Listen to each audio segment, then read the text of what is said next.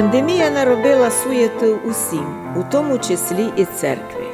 Як буде святитися праздник Пасха в Ужгороді, у Закарпатті і по всій Україні? Дійсно, пандемія наробила суєти всім, в тому числі і церкві.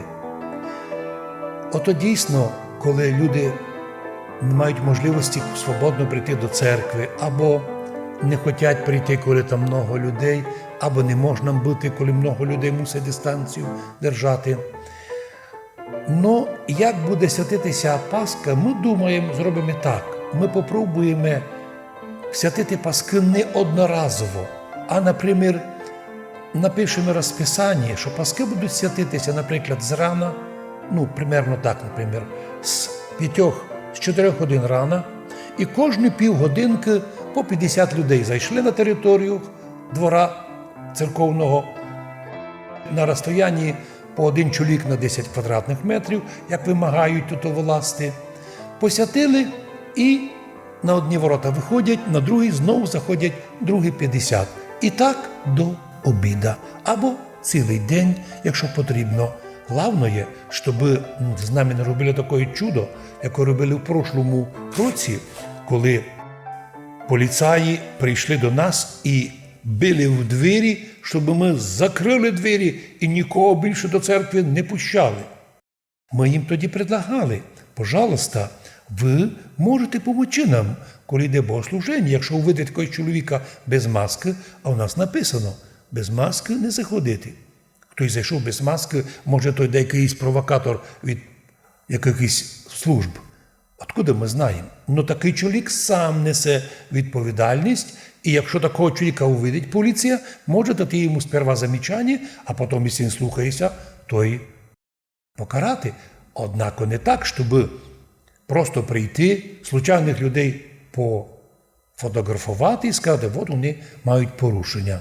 Ми з таким не будемо согласні.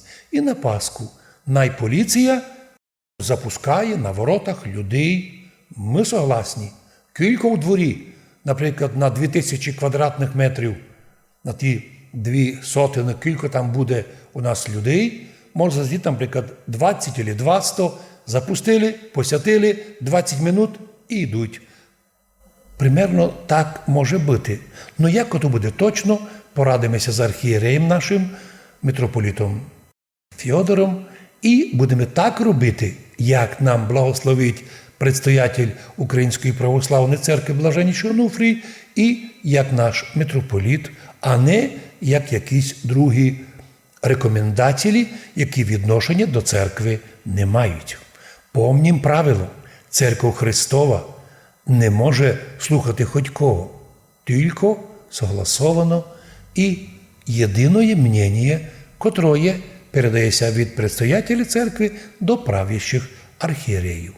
Я желаю вам мира, благословення, вітаю всіх православних Ужгорода з наступаючим престольним праздником Крестопоклонної неділі, ну і всіх вірних Закарпаття, православних і всієї України з радісними праздниками, постними, інтересними. Практично у неділю Крестопоклонну є середина поста.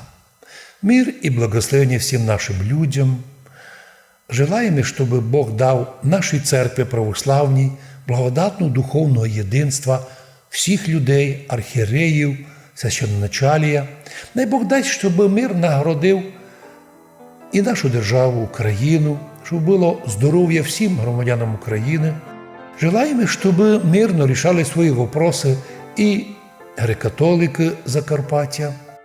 Ми всім желаємо добра, бо на то нас призвав Господь.